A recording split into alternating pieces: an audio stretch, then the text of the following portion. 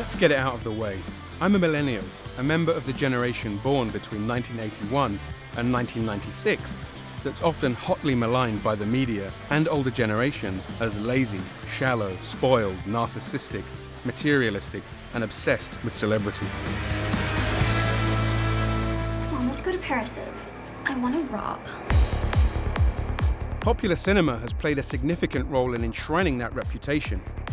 Consider the shenanigans unfolding on your screen right now. A group of blank-eyed teens brazenly robbing a celebrity's swanky LA pad. This stranger-than-fiction true tale was dramatized by Sofia Coppola in her icy drama The Bling Ring, a damning statement on a wayward generation.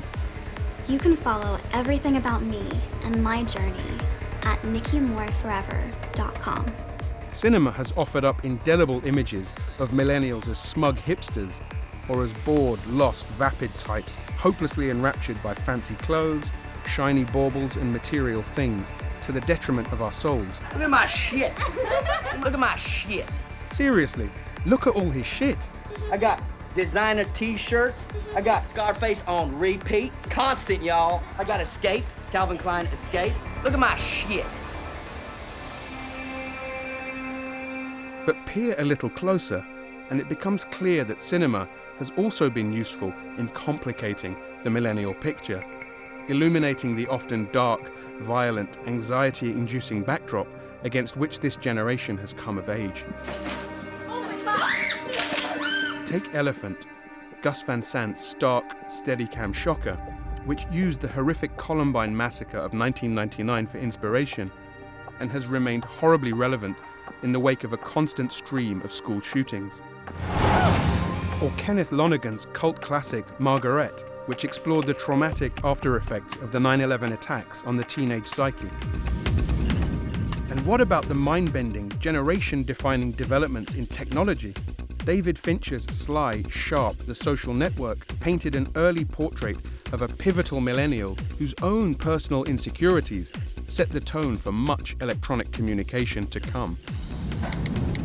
Uncertainty, tension, paranoia, a Wi-Fi connection, sure, but a spiritual one?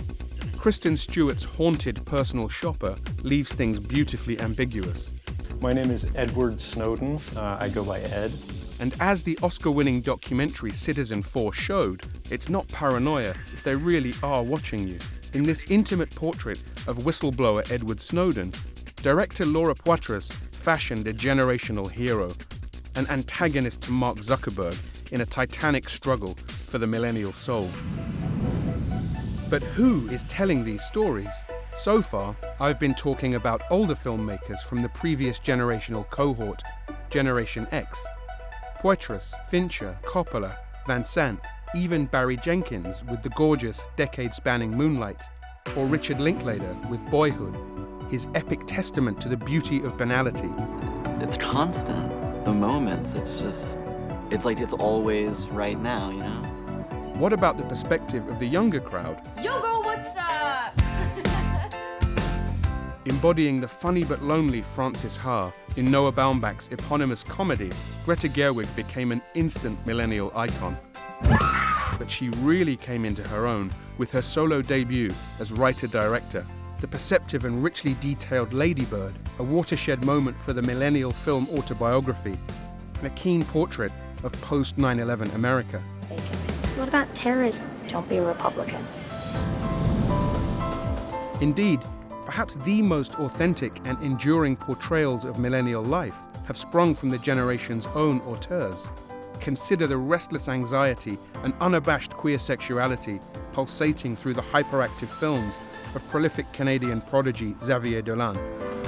Or Ryan Coogler's tender reconstruction of A Stolen Life, Fruitvale Station, a gently devastating film that amplifies the anxieties of simply existing as a black millennial in America. Or the stirring activist portrait Whose Streets, a self-documented study of a generation mobilizing, organizing, and protesting for recognition of the fact that Black Lives Matter. Skateboarding is more of a family than my family. Few films, though, have portrayed millennial life with more heartbreaking honesty than Bing Liu's stunning documentary, Minding the Gap. It chronicles Liu, who started shooting in 2003 when he was 14, and his tight-knit group of friends on the streets of struggling post-industrial Rockford, Illinois. What begins as an unusually compelling skate video blossoms into a wrenching tale of family woes, personal scars, and the effects of the 2008 economic crash. Its fluid access and high-grade images are made possible by the technology easily available to this generation.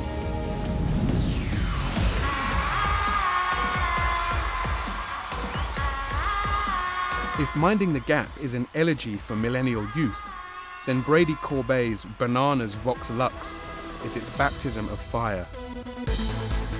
This ambitious film is nothing less than an origin story for a generation that, as we've seen, has been birthed in trauma, anxiety, violence, and the struggle for self-definition. You know, I just wanted a place to channel all that anxiety and suffering into something tangible, into something positive. Vox Lux is the sprawling account of a 13-year-old musical prodigy who survives a horrific, Columbine-esque school shooting on the cusp of the new millennium, and grows up to be a terminally anxious pop star, played with scenery-chewing glee by millennial icon Natalie Portman.